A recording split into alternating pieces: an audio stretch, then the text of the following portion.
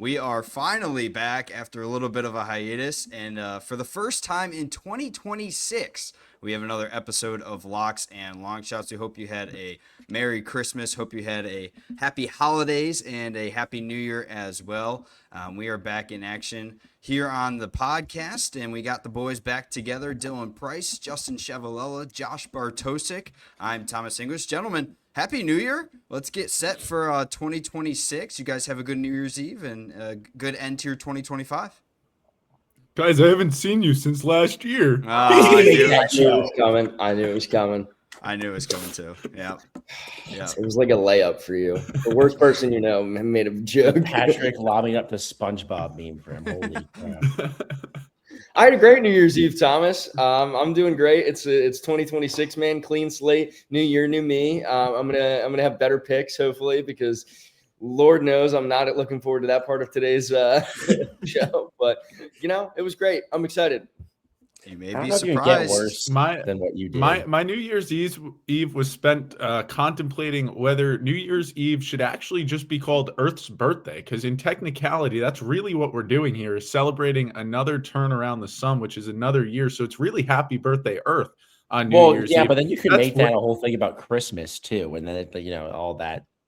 Like you could call all that stuff. Jesus' birthday. Well, yeah, I mean, but I just don't think we appreciate enough that it's Earth's birthday. I guess Earth Day is for that, but nobody celebrates that anyway. Anyway, I had a good New Year's, new holiday. Actually, I haven't celebrated my holidays yet. It's really sad.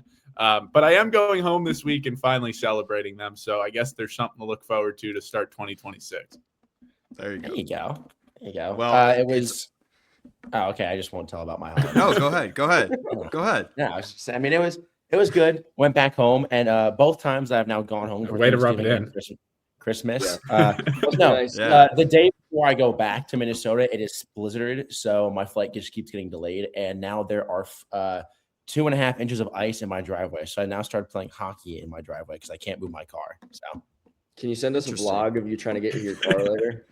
Last time I saw Josh skate. Well, actually, I don't know if you guys have seen. I can try and pull it up later, but I am now a beer league goalie. So there you go. I don't know if that's something. We're really all starting 2026 on the right note. Thomas, how are you? I'm great. I'm doing well. I got to watch some good basketball, some good football. So excited to start 2026. It's going to pick up, though. Basketball's in full swing, so I'm going to get real busy, as I'm sure you guys are as well after the new year. So go Hogs.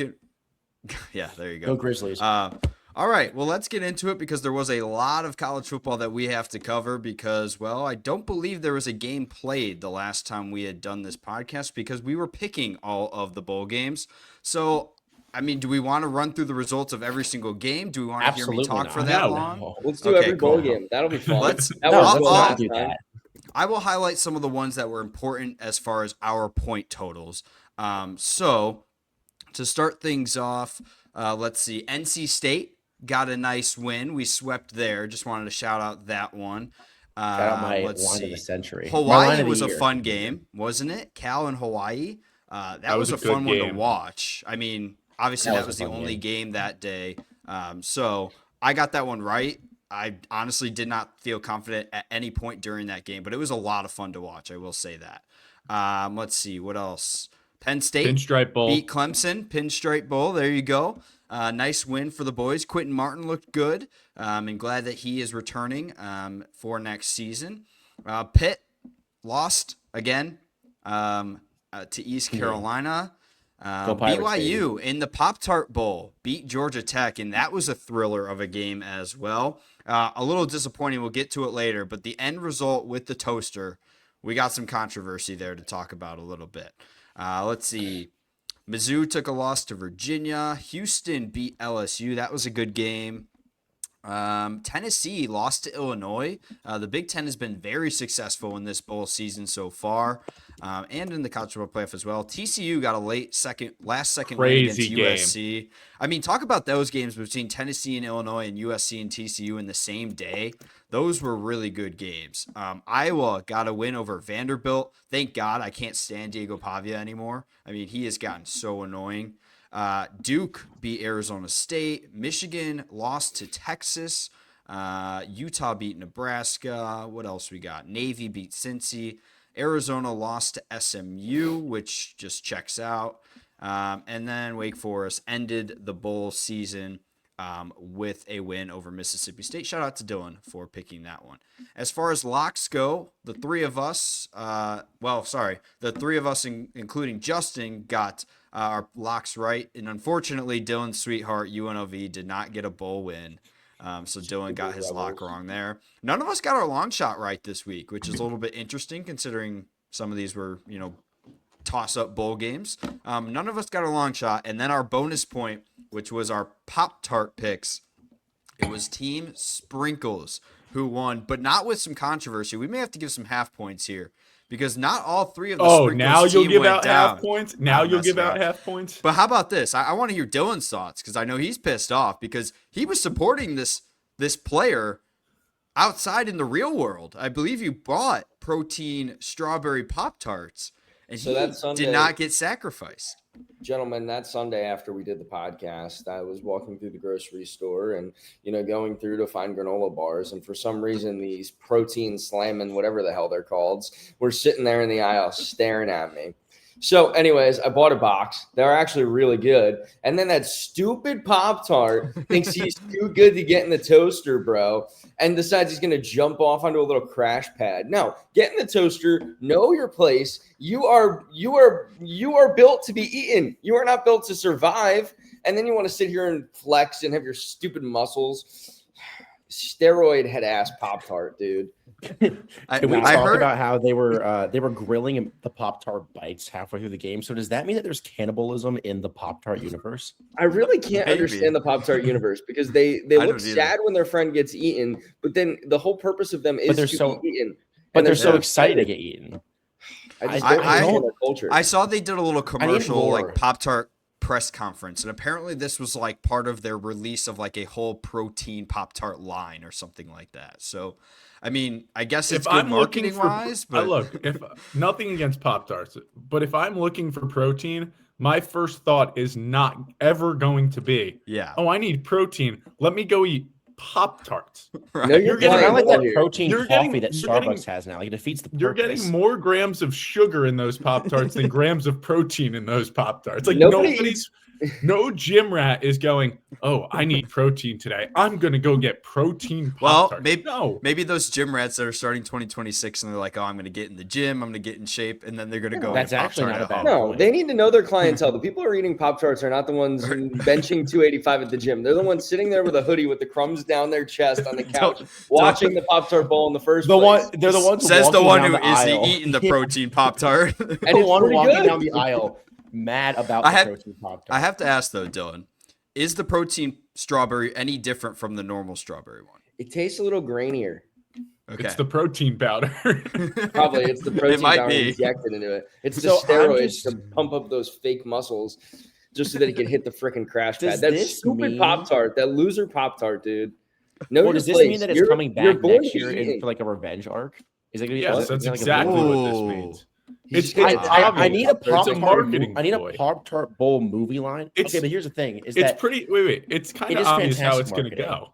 It's fantastic marketing. You started up here at the bowl game. Their next big event or next big thing is going to be a Super Bowl commercial with the protein guy that jumped off coming back into some type of commercial, whatever. And then major events throughout the year, you'll see this Pop-Tart slamming protein line continue to be thrown out there. And next year's teams, one of them will be like the original flavors, like the ones we were talking about, brown sugar, cinnamon, s'mores, cookies and cream. And the other one will be all protein. And it won't be sprinkles and swirls. It'll be the originals, the goats versus the new guys. I mean, that's how I see it going. And I don't know if that's actually it. But hey, Pop-Tarts marketing, if you need some help, I'm here. Could always use some extra cash in the pocket. So if you hear this, let me know. It's so fun. And I also do think that I do believe that a good part of that whole strawberry slamming protein, whatever Pop-Tart running away was definitely a small shot at Notre Dame. 100%. And I'm sorry, but watching that game, if you're at home and you're a Notre Dame fan and you were saying, wow, I'm really happy that Marcus Freeman and the Fighting Irish didn't play in this game, grow up.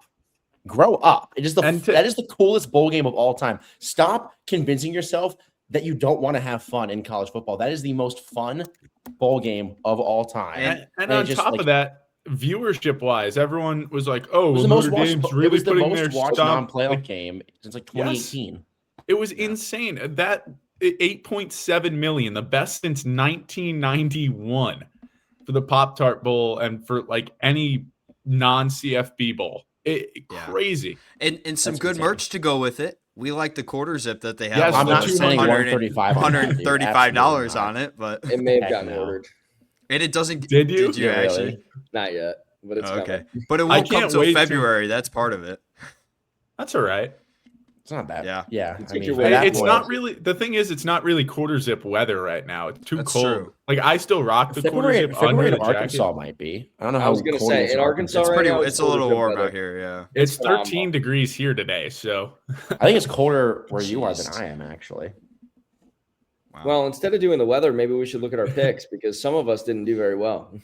Yeah. Well, let's talk about the college football playoff bracket picks as well. We all got Oregon. Josh missed on Oklahoma. We all got Ole Miss in Oxford. Miami beat Texas A&M. Justin and Josh got that one. And then in the second round, in the Orange Bowl, Oregon beat Texas Tech. Dylan and Josh had Texas Tech in that one. The Rose Bowl was all Indiana. We got that. And Dylan with the upset pick in the Sugar Bowl with Ole Miss. And all of us incorrect in the Cotton Bowl with Ohio State. So final lines on bowl games outside of the college football playoff. Dylan leading the way, 22 of 36 bowl games picked correctly. Oh, that should have closed the gap big time then. Yeah. Oh, yeah. Josh goes 21 of 36. Justin 20 of 36, and I went 19 of 36. Josh got 22 points for getting the Pop-Tart pick right. Justin got 21 for the Pop-Tart. Dylan did get his lock wrong, so he lost a point, but still gets 21. And then I finished with an equal 19. As far as the college football playoff bracket goes, Josh, the loser of the day so far at 4 and 8. Dylan, myself, and Grant, who did make his picks, all 5 and 8. And Justin so far leading the charge at 6 and 8. There are 3 games left. So with that, the point totals as they stand are very tight. Extremely tight. Josh and Justin were chasing me by 6 points coming into this. So there's a lot of room for whatever could happen. Josh was leading a lot of the way, I believe, during the bowl picks. Correct me if I'm wrong, Justin. I think he never jumped you. However, okay. he got real close. He came within 1 point at one point. So the final totals: Grant trailing behind with 38. Dylan right on his tail. Dylan right on his tail there with 91 points. In third place, Josh with 107. Coming from behind, Justin 109 jumping Josh, and I finished with 111. But how about Justin getting Josh at the last second for second place? Look, I'm gonna throw this out there. I'm gonna throw this out there. I think we're being stupid by not picking these final 3 games and double or nothing on the national championship. Well, so I was gonna because I could jump you. I was gonna make some offers here, so I'm down to do Obviously, we're going to pick these last 3 games regardless. I mean, that was kind of an obvious thing. But I'll offer 1 point for Peach Bowl and Fiesta Bowl. That feels fair. Yep. I'll allow 2 for the national champion. And if you'd like to throw in, tomorrow night is the FCS national championship game. And I offer that because Illinois State is playing in it, and I have a lot of fun. And that's 4 games, which hypothetically means Josh could tie. Dylan, let's do enough so that I can tie. I would say, Dylan, if you just want to go to the bathroom or something really quick to, kill time while we're talking here. But I'm down to do that, though, if we really want to. Here's the thing, though. Because this is a strategic game, Dylan has left to go. I don't know what he's doing. Since it is a strategic game, though, I think at least from Thomas and I's perspective, actually, I guess Josh, because he could technically tie Thomas, I think we should have to make our picks secretly like behind closed doors, so like Thomas doesn't see what I'm picking and pick Right. the. Yeah. So I Just think pick the same. I think we should probably welcome. Well, I'm going to Dylan tell you back right here. now. I mean, I can We tell you should- right now who I'm picking in FCS. No. We should welcome Dylan back here whenever Okay. he You wants each to come text back him in. our picks. Text him our picks and let him read them all off. This way, there is no Okay. potential for this collusion to occur. All right. Well, Or let's that do that one at the time when end. you changed your pick at the in the middle of the week. I still think, by the way, if you guys gave me half that point, we're talking about a 1.5 point difference right now. Yeah, One and a half it's I'm point just crazy. saying. I'm just saying. I think I tried to so now until we do our picks at the end, let's have the time to submit that. So that we can talk about some other stuff going on. But all of us need to submit those picks. Dylan, you can get in on it as well. We'll give you some I'm points good. for it I'll too. sit out. Okay. All right. Dylan, I don't know if you heard You're what we getting said. our pick. Yeah, you're getting our We're pick. texting you. We're doing it. We're secretly, texting so you This our way picks there's so no- that you can reveal them. So it's actually our picks and not like strategic. There's no picking. strategy to it. Yeah. Yeah. Wait, why are we texting Dylan? Because you're out of the running, Thomas- unfortunately. Because Thomas could see what I'm picking and then just pick the same. I could just so I can't I could gain just pick the points on same him. as them. Yeah. Oh, Yeah. I went to the bathroom to get aspirin because this conversation was giving me a headache. The thing about it is that I'm in a bad spot because I have to somehow get every game right. It's You have not to get it impossible, all though. different than Thomas. I'd have to guess all differently. So wait, I we're don't doing Yeah, think that's two points. true. 2 points for the natty, right? 2 points for the national champion. Yeah. So total of 5 points available since we're So doing you FCS could win, as So I well. Josh. could You- win. You could win. I could win. Could I So- win? No. No. So it's Illinois State and Montana State, I believe, or is it Montana? I thought it was I think Montana, it's Montana State. Yeah. And then obviously it is Miami and Ole Miss, and then Indiana and Oregon, and then your national champion. How do we want to pick the national championship? Because we don't know that yet. Just pick a winner, or This is how we'll do it. We pick a winner now. And if that winner that hits this week gets right, we get 2 points. However, when we come back here and podcast next week, we'll pick the national championship again with that Okay. current matchup, and it's only worth 1 point that week. Okay. I like that. Alrighty. So with that, let's talk about the college football playoff up until now, because that we know for sure that we can discuss. The first round was relatively Boring. well. There was 2 matchups that were boring and 2 matchups that were sort of interesting. The Oregon matchup was not. I mean, shout out to JMU for the fight they had throughout the game, though. Tulane and Ole Miss, that was just a massacre. Would have been a great game to go to. The Alabama-Oklahoma game was interesting because if you were a betting man, you could have won by betting both Alabama and Oklahoma money line, because on Bet365, I found this out on Twitter. On Bet365, they have a line where if any team is up by 17 points at any point in the game, the bet cashes. So if Oklahoma bettors had bet Oklahoma, that cashed, and then Alabama came back and won money line, that would have also won. So somehow you would have won both money lines from that, which my friend That'd be did really do. cool if we were like a betting podcast, but I don't think Yeah, we I know. are. But I want to say that because it was a very unlikely win for Alabama, which then led to a massacre of Indiana. But what I want to come out of that with is we've seen now that home field advantage can only have so much of an advantage, it seems like. I know, Miami and Alabama went in and took away. Last year, it was the lower seeds or the upper seeds that all got the advantage. So there's a couple things I want to take away, a couple questions. First one is in the first round, how important is matchups, and should Group of 5 be involved at this point after looking at those 2 matchups, and then how they compare to the matchups with Alabama and Oklahoma, Miami and Texas A&M, where, maybe not Miami, Texas A&M, not a good high scoring game, but still a good game as far as it was close. So I know Dylan is very interested in the Group of 5 as far as them getting in. So how do we feel now that we've seen those 2 games in the first round and kind of have a good sample size to measure with 2 good games and 2 non-competitive games? Should the Group of 5 be in, simply put? Unfortunately, this validated my take from the last episode. I wanted it to be wrong. I wanted to see either a JMU miracle or a Tulane miracle win, or at least just a really good game, because you want to see the fight. Because if you go back a year ago, and I know they're not in the G5, but sometimes they feel like they're a G5 team. You look back at a team like SMU that got the brakes blown off in Happy Valley, and then you look at Boise State, a team that got a bye and just did not look like a bye-worthy team. They didn't look like a playoff-worthy team in that Fiesta Bowl matchup against Penn State. And I look back at those two teams from a year ago that maybe could have been left out to get a better team into the dance. You look at this year where you have teams like Notre Dame, teams like BYU. I know we don't want to bring Notre Dame up, but let's bring Notre Dame up. We have teams like BYU and Notre Dame that would have been more interesting matchups than watching JMU play against Oregon's backups and put some fight up in the end of the game and, valiant effort regardless. And then on the same end of things, we see Tulane and that game, and you're talking about the same theme. And unfortunately, it just validates my whole take of, this team needs to be in the top 15, team needs to be in the top 12. They can't just be a fringe top 25 team. And the College Football Playoff Committee has put themselves in this own pigeonhole. This goes back to our whole initial debate that we had for weeks on end about the fact of, they won't put them in the top 25, but at the end of the day, they're going to be in the playoff.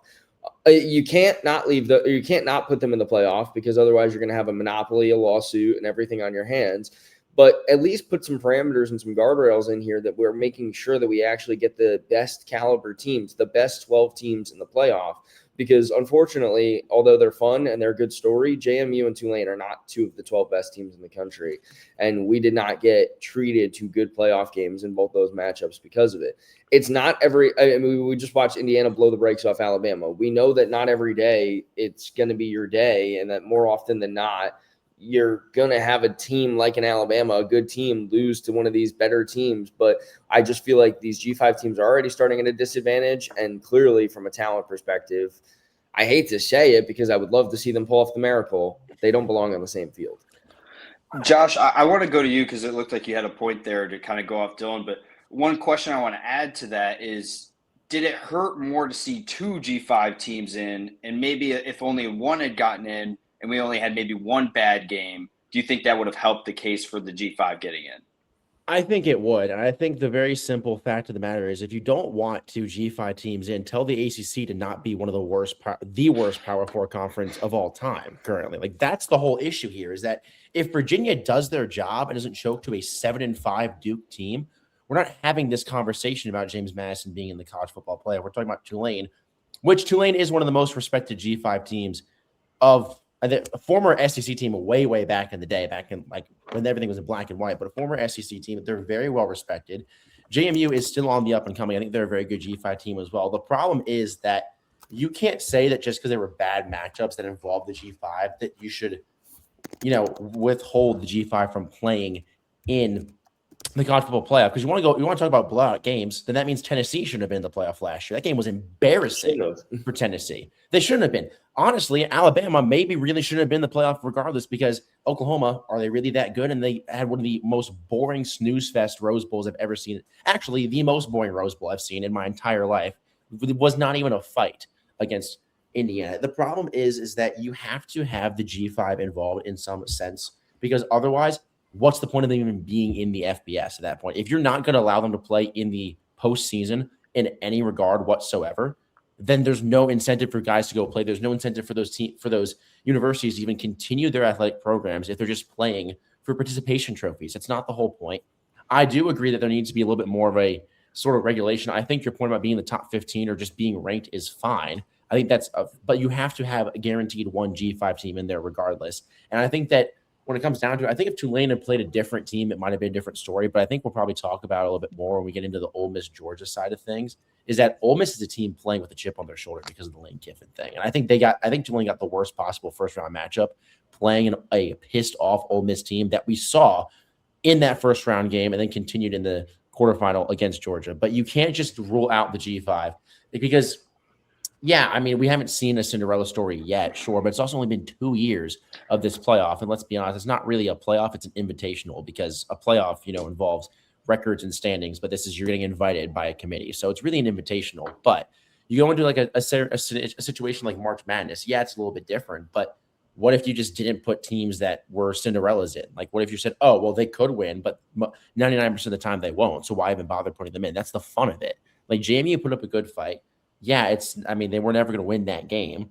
But at the end of the day, you have to keep a G5 team in there. You can't negate them, because the second that you take the G5 out of the playoff I think, honestly, the final domino into getting into one giant super conference and ruining college football for eternity. That's the problem here, is that when you have these conversations about getting rid of the G5, you are ultimately leading more and more to it just being the SEC and Big Ten show forever, and then nobody's going to be happy. And it's going to be the same boring garbage every single year. You have to keep some sort of potential for fun and upsets in there. Like, you can't just, it's just cherry picking and nitpicking. Justin, I want to ask you, because this conversation didn't really come up last year because of the fact that Boise State was already into the second round. You know, they were the conference champion team, and that was, again, when it was ranked a little differently as far as top 4 seeds were the conference champions. I think Boise State would have maybe been the 12 seed or whatever. But do you think Boise State, being able to hold their own a little bit against the Power 5 team last year, and now this year where it's just blowouts, how does that affect the group of 5, and what are your thoughts on that situation? The Boise State story is the story that we seek when we allow group of 5s in, because Boise State was not in the college football playoff just because they were the group of 5 champion. They came away ranked number 9 last year in the final college football, number 10.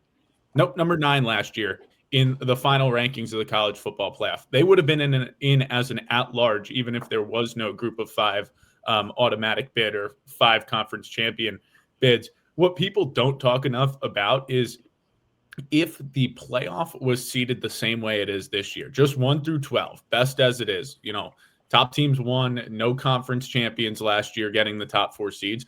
Boise State is playing Indiana in round 1. What was the strength of Boise State last year? Guy by the name of Ashton Genty in the running game. That was Boise State's strength last year. Why did Indiana lose the game to Notre Dame last year? The Notre Dame running game. Jeremiah Love had that massive touchdown right off the bat for the Fighting Irish, and all around 193 rushing yards and 2 rushing touchdowns for Notre Dame against Indiana's defense last year. We're possibly talking about Boise State beating Indiana last year in the college football playoff, and this whole discussion of, well, we're never going to see a group of 5 team win wouldn't be on the table because we would have seen one win last year, but the college football playoff wasn't ranked that way yet. And that's where we're at in terms of, if you're good enough, you deserve to get in. I think the best way to go about this is to get rid of all conference tie-ins, all conference auto bids. No auto bids for any conference champion, no auto bid for anything. Top 12 teams get in. And realistically, because I'm a realist and know, we can all figure out what's happening, it will be 14 teams or 16 teams within the next month. And we all know that's coming. And the top 16 teams should have the SEC champion. It should have the Big Ten champion. 9 out of 10 times it'll have the Big 12 champion. 9 out of 10 times, excluding this year, it would have the ACC champion. And then maybe like 4 out of 10 times, it'll have the group of 5 champion who will have a chance to compete. That is the only way to fix this problem, because the group of 5 will never agree to a playoff structure in which they are not included automatically unless no conference is included automatically. And look, there's money being thrown all around. The Big Ten will never not have teams in. The SEC will never have teams not in. Also, those conferences are just straight out better than the other conferences. But that doesn't mean the other conferences don't deserve a bid. And that doesn't mean that the group of 5 can just be counted out automatically. Because one year, and it could have been last year if it was ranked correctly, we will see group of 5 beat a Power 4. It's not out of the, realm of possibilities. We've seen it in the regular season happen time and time again. It's just a matter of they're still ironing out exactly what this format has been. And last year, the way they ranked it made it look like Boise State didn't deserve to be there. They 100% deserve to be there. They were the number 9 team overall in the country, seeded, regularly before they switched up the seeding for the playoff. It's just a matter of if a group of 5 team is strong enough. And we'll see it. Cincinnati a couple years ago didn't get in because they were the group of 5 champion. They got in because they got into the point where they were ranked top 5 in the nation. And that's what we're looking for. We're looking for an even playing field where the top 12, the top 14, the top 16 teams get in. None of these strings attached. I don't care what championship you win or what championship you don't win. I want the best teams in the nation in the playoffs, and that's the way to do it, is get rid of all automatic qualifiers. And I know no conference will agree to that, which sucks, but that is the only way you are going to get a fair college football playoff year in and year out. I want to before Dylan, before you go, I just want to make one point. My concern with that, Justin, is the quality of the conference play for any group of 5 team is never going to be enough for them to get in. They can schedule those 2, 3, 4 games non-conference Power 5 teams and get wins in all those games, but their non-conference is never going to be enough to put them at the top 16 or more. And we've seen that this year.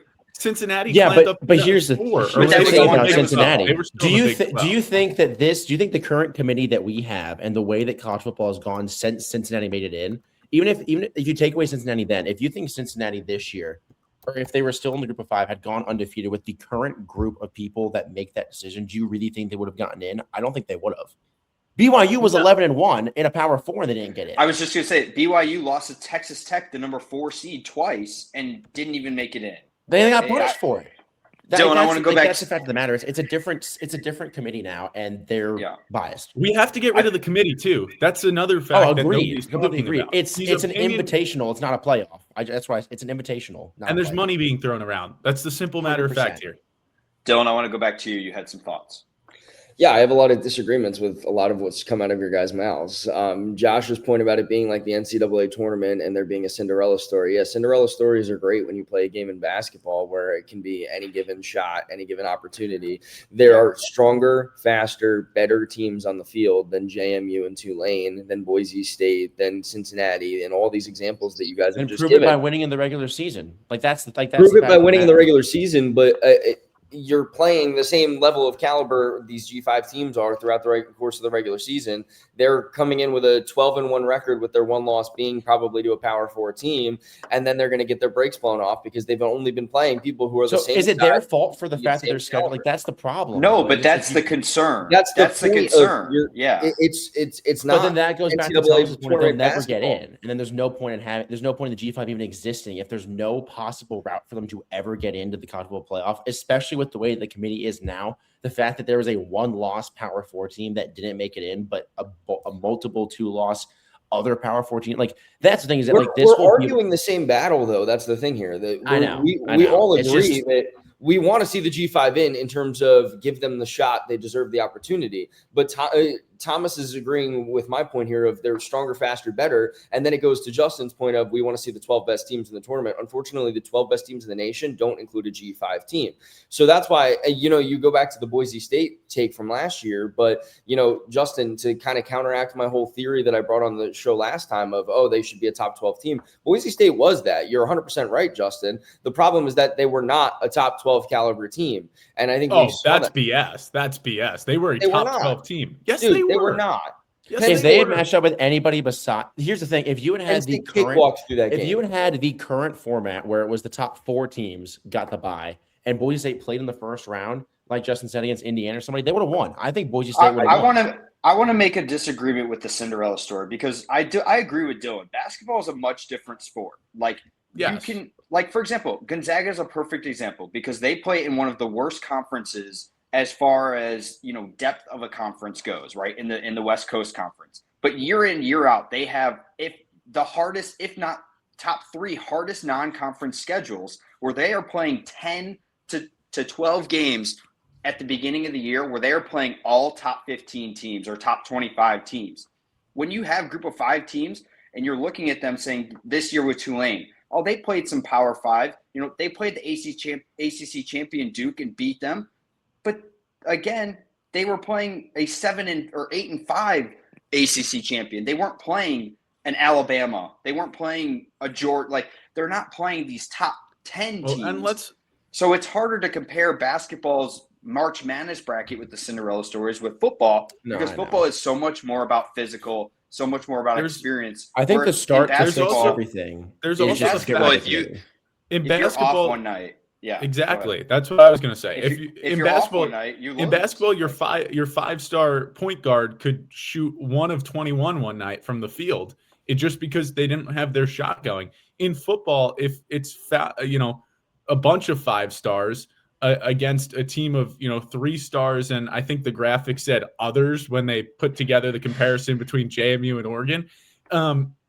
If your 5-star quarterback has trouble, that's great.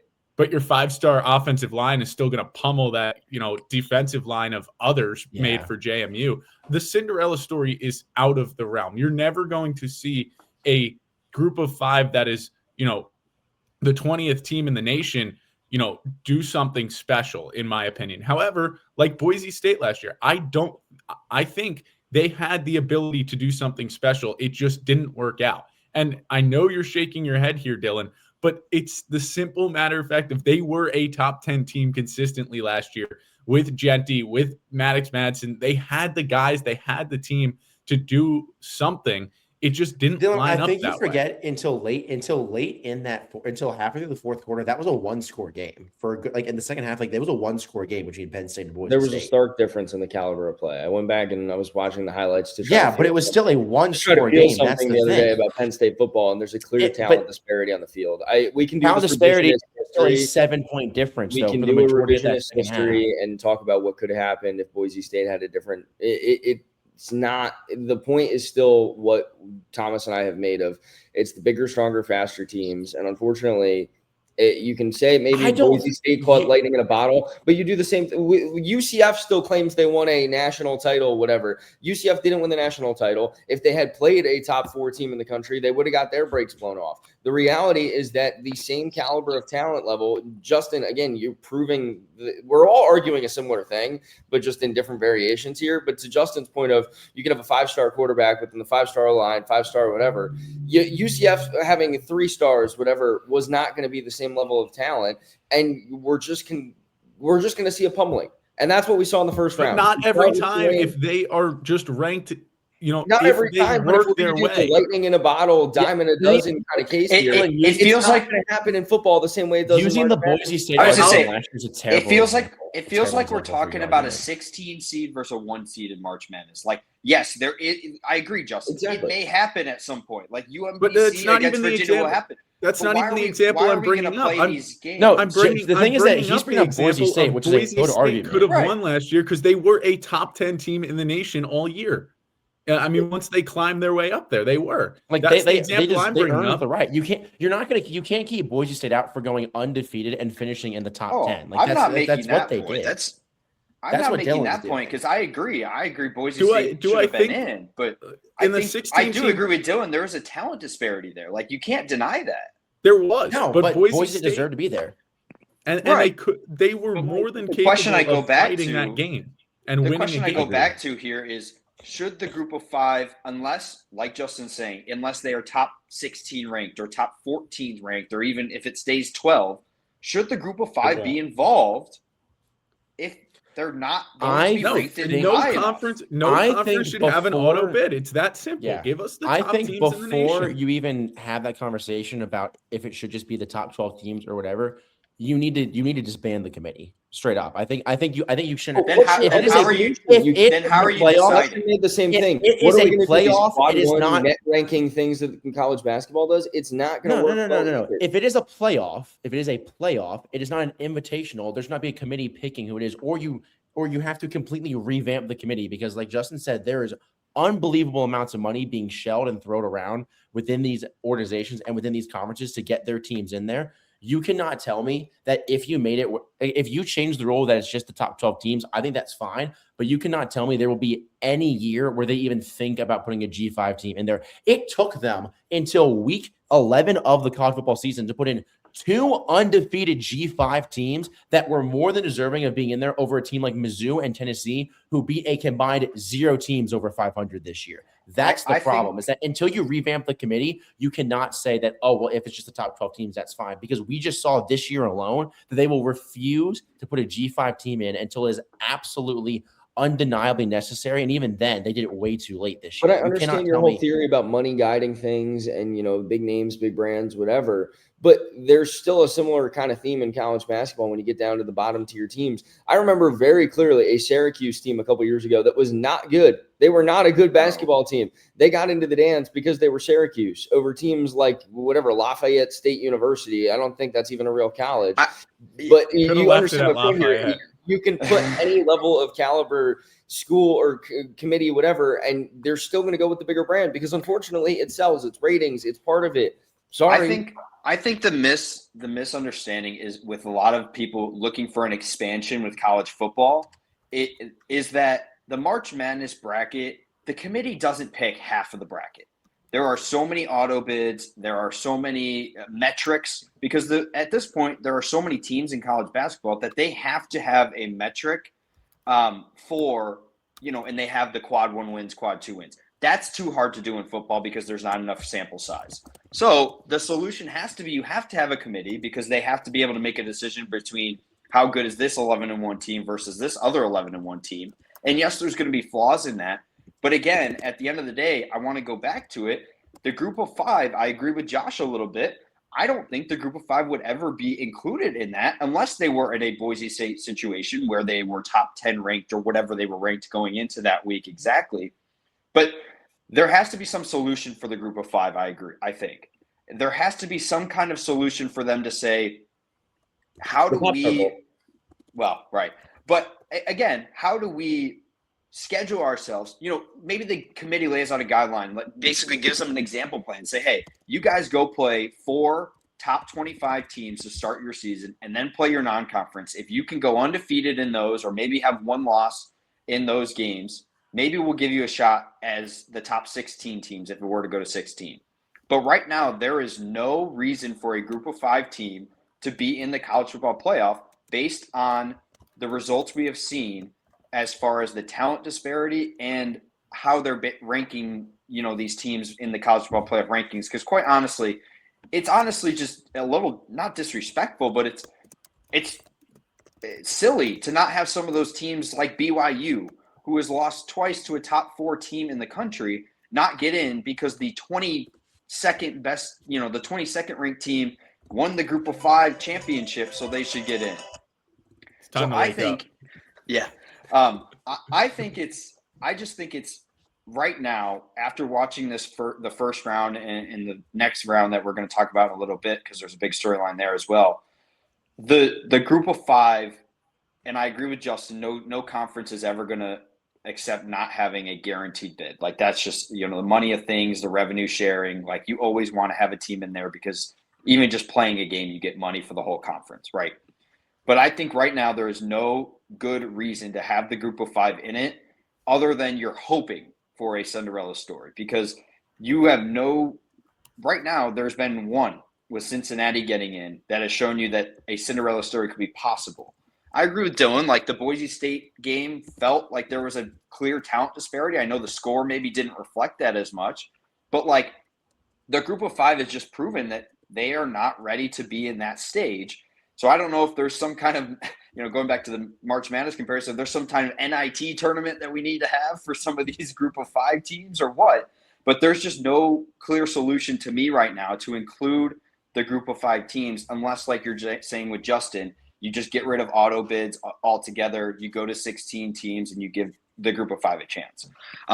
Unless anybody has any final thoughts, I'd like to move to a big headline for the second round. Yeah, let's just get to the next headline because we're going to take another 40 minutes talking about this one too. So this one's interesting because I think it could go either way. The second round teams who have gotten a bye, so they're your top 4 seeds, they are now 1-7 in those games. Indiana being the lone win with a dominant performance against Alabama. Sorry. But this is an interesting storyline because last year it was all the Rust teams that lost, right? Dylan mentioned it, the rest versus Rust. What is better at this point? Indiana maybe showed a little bit, and then you watched Ohio State kind of lose, and you lost some of those other teams. So I ask you, Justin Chevalella, is it better to have a bye or is it better to not have a bye in the college football playoff? The whole narrative of a layoff makes you a loser in this playoff format is false. It's a narrative that people just want to push out there and make as an excuse for their team losing, that, oh, we haven't played in 3 weeks, we haven't played in a month. When you look at the last two college football playoffs, everything has been a matchup based advantage in these games. We go back to last year first. Let's head on to the Notre Dame Georgia game first, because it's the easiest one to talk about. Notre Dame was going and playing a team that had lost its starting quarterback in the SEC championship. Gunnar Stockton was making his first career start in the Sugar Bowl. Notre Dame had an advantage. They took care of that advantage. They win the game. Penn State, Boise State. Look, Boise State deserved to be there. I think they would have won in the first round. But like we talked about, this concept of Penn State was the more talented team. They should have won. And in fact, they did win. And they won by a final score of 17-point difference. I want to skip over Ohio State, Oregon, because I think it's the most interesting case of last year. Texas, Arizona State. Well, for a team in Arizona State that had the bye, they put up a fight against a team they had no business being on the same field as when you really dig down into it. Texas's roster is so much better everywhere last year. The 5 stars compared to the 4 and 3 stars of Arizona State. Texas should have won this game. But Arizona State, coming off a bye week, they put up a fight and took it to double overtime, led by Giants running back Cam Scattaboo. That's another game. I didn't see the rest play a factor for Arizona State. Oregon, Ohio State might be the one area last year where you could say rest played a factor. And I would say, okay, maybe you're right. But I look at it as this. After that Oregon loss, Ohio State changed up a lot of stuff. And then they lost to Michigan, and they were fired up. They were energized. They had a different motivation behind them. And that's the end all be all. Also, Ohio State went on and won the championship. They were the best team in college football. Go look at Oregon's schedule last year. Outside of Ohio State, they didn't really play anyone big. They were kind of getting their way through. And to get the 1 seed was, I don't know, relatively wild when you think about their schedule from, a competitive standpoint. Ohio State was the better team. They won. Had nothing really to do with rest, in my opinion. Let's go to this year, and I'll make it quick because you guys don't need to, hear it. Indiana, way better, miles ahead of where Alabama is right now. Oregon, Texas Tech, again, same type of deal. Texas Tech, yeah, they spent $35 million in the transfer portal, but Oregon was a more talented team when you look at the roster composition. And guess what? It showed. Even though Oregon's offense struggled, their defense way better than Texas Tech's offense is. And, product of the Big 12 schedule, everyone thinking Texas Tech was great, myself included. Let's go to Miami, Ohio State. People disagree on this one.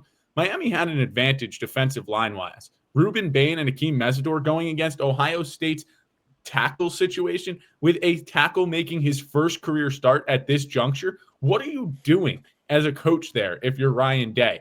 This was a matchup that I saw coming throughout the week, in that Miami's defense was just a lot stronger than Ohio State's front. And that's what made the difference here at the end of the day. And that's why Ohio State's offense was never able to get going. And then Ole Miss, Georgia. Yeah, it might be the upset. Lane Kiffin's gone, this and that. Same roster that played Georgia earlier in the year that had a 21-point advantage on Georgia when they went into halftime. So you look at that and say this game could have gone either way, and it went the way no one was expecting, simply because everyone puts too much stock into the fact that Lane Kiffin is gone when Lane Kiffin is not that great of a coach. Look, it's all about matchups. Nothing I said right there is about rest. And argue with me, you're just going to be arguing with a wall, because I ain't coming off that take one bit. Dylan, let's go to you, because Dan Lanning said something in a press conference that I thought was a little bit interesting. He said, and I think we've talked about this before as far as the scheduling of the college football playoff goes, with kind of giving an extra week with the Navy-Army game and everything there in the first round. He said that instead of the NFL playing on Saturday, why not continue to have college football every Saturday up until January 1st, where your national championship game is, then your transfer portal opens, everything like that. But how do you feel about this scheduling as far as, like Justin's talking about, it's not necessarily maybe about rest, but matchups? Well, what do you think on that? Well, the college football calendar as a whole is broken, and we've figured that out for a long time. The fact that we've got free agency going on while we're still in the playoffs, no other sport does this. It's the most asinine thing that's going on right now. But when it comes down to this whole, we like need to be done by January 1st. No, I want more college football. I want more college football. Let's just do the calendar the right way, and let's move the portal. Let's move everything so these coaches can focus all their energy, all their efforts on their teams and not on trying to retain talent or acquire talent for the following season. Where we have Indiana looking at their next quarterback before their Heisman winning quarterback's even finished with his era at the helm right now. I mean, we just don't have a legitimate college football calendar that makes sense or has any semblance of sanity. So it wouldn't make sense to start playing games on Saturdays and do this whole playoff, because nothing in college football makes sense right now. Kind of rounds out our whole entire asinine argument about the G5 too. Nothing makes sense at this college football world right now. So let's just build the super teams, build the 12 best teams that are all from the SEC and the Big Ten and one ACC team, and whatever you're going to do here. And let's do them. Let's play all the games on Saturdays because that's what the coaches want. And let's do them at home. I don't really care. I mean, I'm going to be honest. I completely agree with Justin. I didn't need to do a case-by-case example and breakdown like he did to tell you the exact same thing. That we had this conversation, him and I, the other day, that the rest versus rust argument, this just be the better team. Sorry, Indiana's a superbly better team than Alabama. They won, they played the brakes off, and they basically had a free trip to Pasadena where they played a little bit of football. The reality of this whole, you have a week off, yeah, you have a couple weeks off. Prep better, play better. I don't understand what this whole argument is here, that the bodies are hurting them. You have more rest. You have more time to prepare. You have more time to watch film. You have a whole other game on to tape. get healthy. Get healthy. You have the best guys coming back. Like, I don't understand this whole argument of the bye weeks hurting you. You have more rest. All year you clamor to have your guys have more time to relax and more time to chill, more time to recover. And then you get more time and all of a sudden it's, we had too much time. Yeah, sorry. Get your guys out of the bar. Get them on the practice field. Sorry. I think that's what made Nick Saban so good in his career, was in the playoffs. No matter what stage his team was at in the regular season, you gave him a day or two extra of prep time, and his teams came out looking like a different team, and their scouting report was on point. So I think that's a great point to make there, Dylan, as far as the rest versus rust.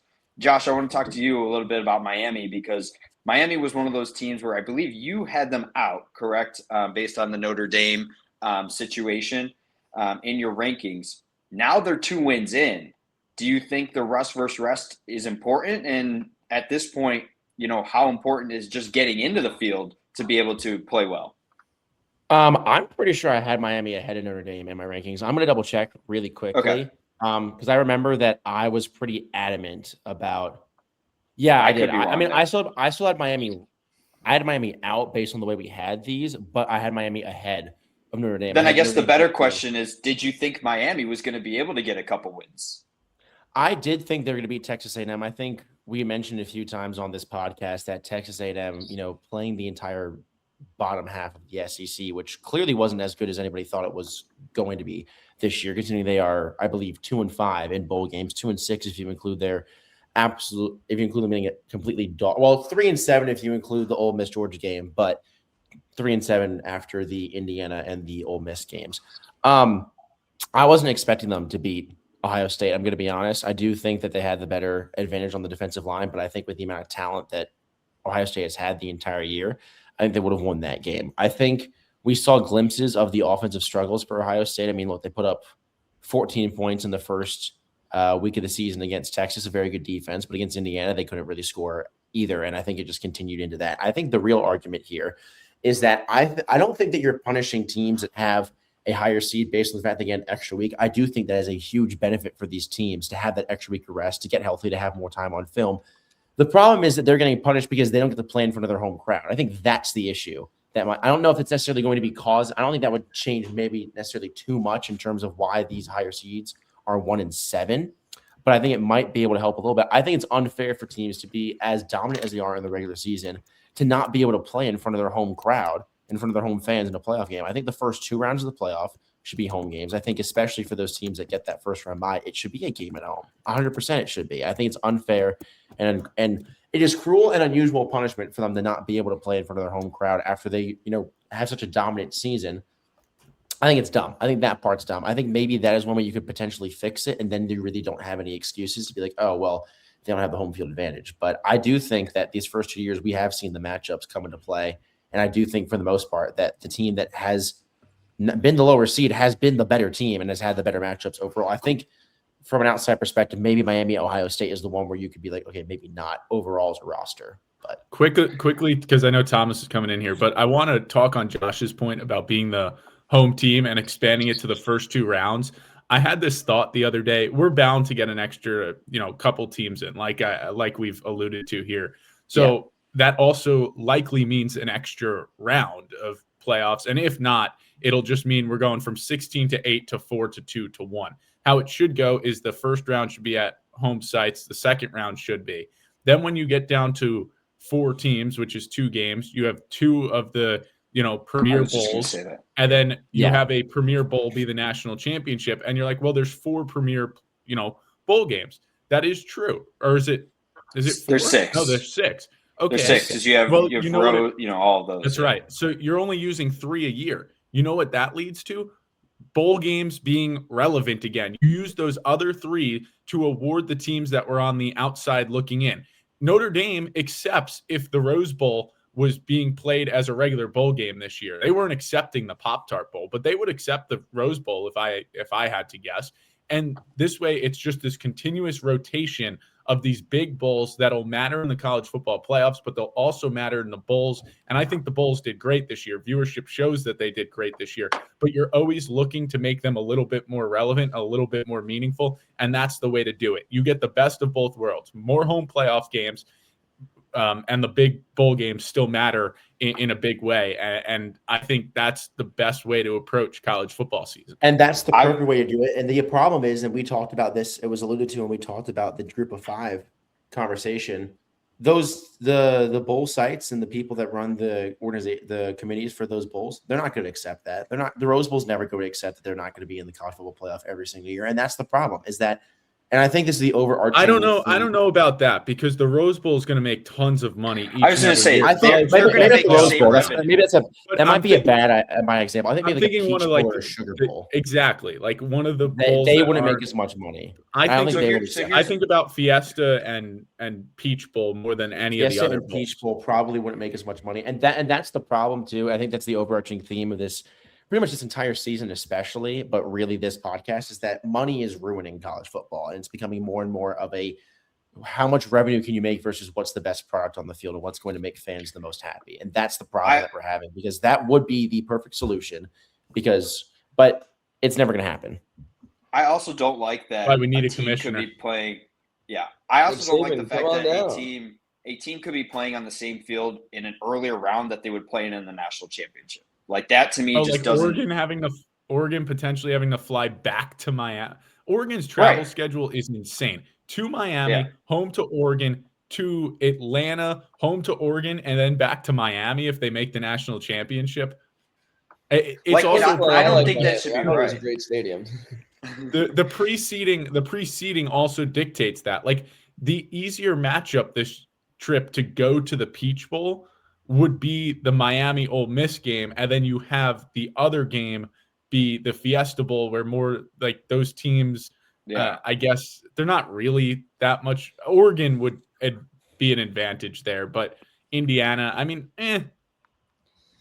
Which you kind of saw it either in Miami. Like old men yelling at clouds right now, arguing about things that just aren't going to change. And at the end of the day, we're sitting here. I got to be honest. It feels like we're wasting our breath and yelling at things that just. There's never going to be some real resolution until, as Justin said, there's a commissioner. There's somebody regulating the entire college football landscape, because right now it's the wild, wild west. Money and people with hands in their pockets have a bigger say than the people actually on the field right now. And it goes to the whole Peach Bowl, Fiesta Bowl, governing bodies and these committees. They run a great bowl game. It's a hell of a lot of fun. But when I'm looking at the Capital One orange guy on the field, and when I'm talking about a playoff game, I don't really care that this guy does commercials, and all of a sudden I got to watch him when I'm more worried about whether or not Penn State's going to make a kick or Aller's going to throw an interception.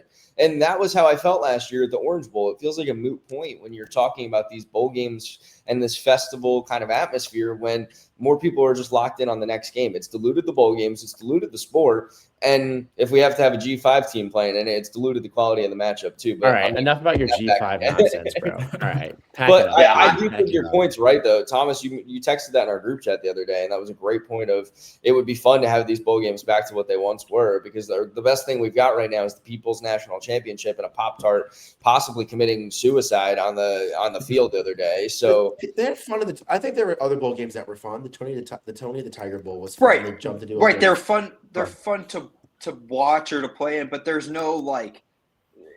They don't have the same grand, there's no you're prestige. winning something, right? Like, it's the granddaddy of them all for a reason, not because it's a playoff. Yeah, but would the Sugar Sugar Bowl still have prestige if you took it out of the national? If you took it out of the, yes. I mean, you could rotate. You could rotate the. Yes, you do the same thing that you do when you rotate. It had prestige before. I know, but I think, but from a money making perspective, they're not going to agree with that, and that's the problem. Is that it's from a money making perspective. I don't know. That's why we need someone in college football that doesn't listen to the money going each way, and that is strictly 100%. there for the benefit of the players and the teams and the fans. And we'll never get a commission. Well, no, because we'll never get a commissioner that fully agrees, on everything. They're always going to favor, the teams or the players over the fans. That's the simple matter of fact. Is we're just kind of here to give them money, and that's every sport. Is they rarely listen to the fans. But until we get somebody that can say, "I'm sorry, Peach Bowl, you're just not in the playoffs this year," and it's not like you're not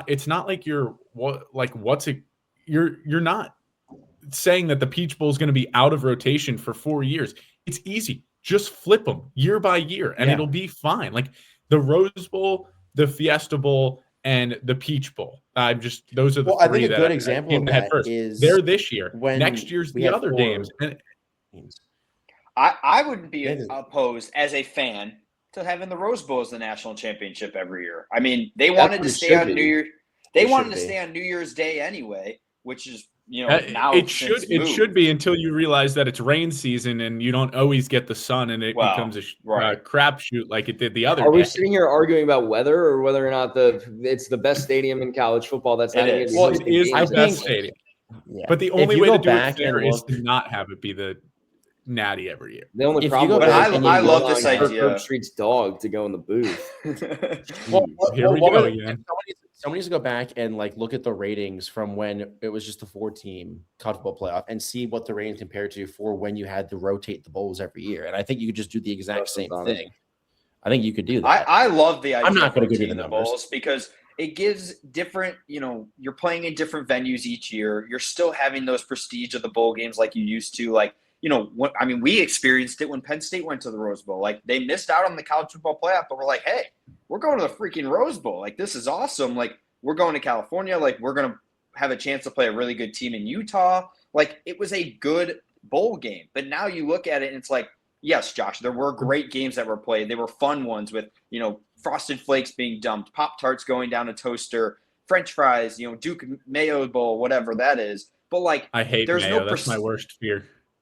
There's no prestige with it. And again, all four of us are big on fun, right? Like there's we love also the fun of the Pop-Tart Bowl, but there's no prestige in terms of we need bowl games that actually do matter in terms of, proving you're better than somebody. There's also the point that the expansion is coming. We all know it. Does the Rose Bowl in the year that it's not in rotation in this hypothetical scenario, does it really want the 17th and 18th best teams in the country? No, so it'll never happen that way. But that's why, first of all, don't expand the playoffs. It's bad enough that we're talking about dilution here with the group of 5 getting in and these other weaker teams that have gotten in and haven't put on good performances. Stop diluting it. Keep it at 12. And then the 13th and 14th playing in the Rose Bowl, the 15th and 16th in the Sugar Bowl, something like that. It makes them matter. And then the Pop-Tart Bowl still gets 2 ranked teams as well. And that's fun. Like there's ways to do this, but it's never going to be the way they end up doing it because of the fact of the matter of the money. And money, it's ruining everything. But unfortunately, the sport keeps growing. We all keep watching it. It's never going to change until fans finally take a stand and say, I'm not doing this crap anymore. I'm not listening to this or that, but that'll never happen because we like college football too much. We like the tradition too much. We like all of that. the Rose Bowl being a second-round game and not even being a semifinal is so disrespectful. And then you put a 38-3 result on the field, and it just felt Well, you like can't control that. No, I know. Well, But you could. like, Alabama clearly Alabama what I'm was the saying. problem. Yeah, Justin, in the let's put another G5 team in. Let's put Good. Virginia in. Let's see what they can do in Why there. don't we put UNLV in for you, buddy? Yeah, they would The have gotten their SEC breaks. Well, the Let's see what- SEC they couldn't even win their bowl game against Well, the the SEC Toledo is quite College of possibly Engineering. this is the I most don't know. overrated year of the SEC of all time. The SEC is a joke. Stop ranking every SEC team in the preseason. It's a absolute disgrace. Okay. You're, All right, you're going well, on well, a let's- complete Can tangent we get right to now. the games? Some of us I have was gonna work on say, Sunday. I thought, are we Unless- going to the game? Oh, I guess we texted Dylan. So unless Two-thirds of you there have is texted me other your picks. picks. Yeah, I was literally typing mine out. Unless there is another topic we need to discuss, which I don't think there is. Let's talk about the portal too. Let's let's yell talk- about I that. just want to That'll say be the awesome. SEC is. No. I'm just gonna, How about I'm we just gonna talk say about the each SEC other's is lives? Let's overrated. air out some That's all I'm gonna grievances. say. Let's air out all of our grievances. I think the portal's stupid, except when my team's getting players out of it. Then I think it's awesome. Yeah, it was stupid this Yeah. morning when Amari Campbell entered, but now it's not stupid because they got Iowa State. Marcus I do State. actually have a legitimate take while Thomas types out his picks to me that he should. It's 4 games, right? 4 total, but 5 points. I'm just Yes. double It's checking my. I don't know. You guys made it's the rules while I was semifinals, taking aspirin. FCS, and the Okay. championship. Anyways, All right. my take about the portal is it continues to go into this entire wild, wild west thing that we're having. Oh, somebody text me. I guess it was Thomas. This continues to go into our whole wild, wild west thing. Kurt Signetti saying the other day that he had to give up some of his preparation time for Oregon because he has to worry about acquisition or retention. It's just gotten to a point where it feels like the sport is more worried about the next year, the mighty dollar, all of this stuff, than actually locking in on the games that are being played. Everything's losing its luster. Everything is not as exciting, but we watch anyways. So, Yeah. I don't know. Which is true. I mean, at the end of the day, regardless of what they pick, we're going to watch these games. So, without further ado, Dylan, you should have all the text now, correct? Yeah, I guess. Should I do picks All right. too? Well, yeah, we said you Yeah. can. No, I don't Um, care. Let's talk about the FCS National Championship, Illinois State and Montana State. Reveal the picks. All right. Joshua Stephen Bartosik has picked. Oh, middle name. God, the State. government's gonna find me. Montana State is Josh's pick. Ooh, okay. I know you're gonna Thomas? pick Illinois State, Thomas. Thomas, feeling biased here, has picked Illinois It is. State. It is. And Justin has picked Montana State. So Thomas is on an Oh. island here. So if Thomas Okay. wins, if the FCS, if Illinois State wins, he If automatically Illinois wins State everything, wins. I also am going to I pick think Montana so. State. Not that anybody cares. Anyways, right? let's You get go. 20 points. That happens. Let's Pick go to the whichever game you want to go semifinals. to next. We'll go to Oregon, Indiana. Joshua has picked Indiana. Thomas also feels biased. Is picking Indiana. I am And biased. Justin is going to be a contrarian. well, to be fair, no, that pick was based on my actual bracket, though. Justin is picking Oregon. That's God, picked up hey, my God, original hey. bracket. Yeah. So Justin's on an island. And Okay. the other semifinal game. Wait, who are you picking? Oh yeah. In that game, I am picking Indiana. Okay. Between Winidad and Carson Beck in his 18th year in That college, is a I great like name. that. Wait, I like that. I stole that from Pat McAfee. Ole Miss is Josh's pick. Thomas is also picking the Lane Kiffin-less Ole Miss Rebels. So I can't get up to Thomas then. I know. I didn't mean to, And Josh. Justin, Miami. I think Justin went with Miami. do you mind? Sorry, the barge is honking its horn right now. Miami is Justin's pick. Wow. In- So we're Who's three your opposite pick? then, right? Who's your pick? Thanks for asking. I'm going with Winidad. Winning. The national title National game, gentlemen. championship. This is worth 2 points here. If we're gonna be real here, I'm actually picking Miami, and I think Miami's gonna win it, and it's gonna be the worst day ever to see Mario Cristobal hold a national title. Anyways, learn how to manage a clock better, buddy. National title game. Josh is picking the Hoosiers. I love doing this. This is so much fun. Dylan You gets get a prize asked for for more college often. football commissioner. Thomas, I would love to be the college football commissioner, but I don't think people would want to see that because all hell would break loose. Thomas is picking the Google him. All he does is win the national title, maybe. Josh, He's got Josh Indiana. is just screwed. Josh is just sorry, Josh. Justin I think going I on know. an island again. It's Yeah. all about the U, baby. Oh. Am I allowed to make mine more interesting? Can I switch to Ole Miss just so that me and Thomas have more than one pick different? Sure, I don't care. even I think, don't make I the don't, rules I here. don't even I've think been Ole out. Miss. By the way, I don't even think You Ole Miss is picked going to Ole win. I Miss. think, You picked Ole Miss. no, to win the national championship. Sure. Okay. Okay. I'm By the cool way, with I that. don't think they're going to win at all. I don't think they are. But in order for me to try and find a way to get more points than Thomas, How about if Oregon wins the national championship, Dylan gets 50 points. okay, Sure, and I'll shave my head again. okay. Who's your champion, Dylan? It'd be Indiana. pretty impressive for Oregon to win, considering he has Indiana beating Oregon. I'll go with Indiana. All right. And it's going to Well- pain me just as much as the only team I think I would like to actually see win at this point is Ole Miss, but that's a separate episode. I do think it's a fun story. It is a better story than Kurt Signetti let and the him do this Indiana again. Hoosiers. He's going to grandstand. I will it's stop. not. I No, will I don't know stop about there that. because Dylan's already heard it. No. But this is a Absolutely not. much better story, in my opinion, than any other story we've seen this year. No, Indiana has the gotten only Nick Marsh. story that the only good story about it is it's proof that this is exactly the transfer portal is supposed to be used for Winnidad Chambliss. That is the only story that's proving. Is that that's exactly That's not I the bet he story I'm transfers talking about. out. I'm not talking about Trinidad Chambliss' I bet he- story. I'm I'm- talking about the team sticking together under Pete Golding. Yeah, after the I know what you're so-called talking about. I'm best saying coach that in college story is football not went better over than to Kurt LSU. Signett's.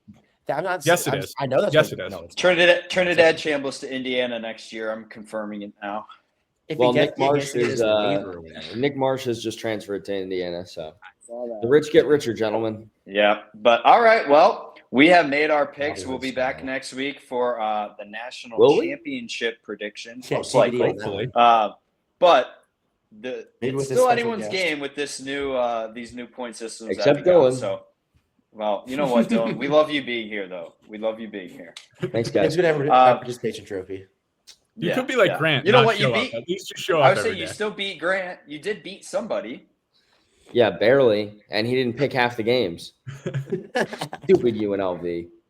It's okay. Well, we'll watch the FCS national championship game. We'll be watching the college football playoff game as well.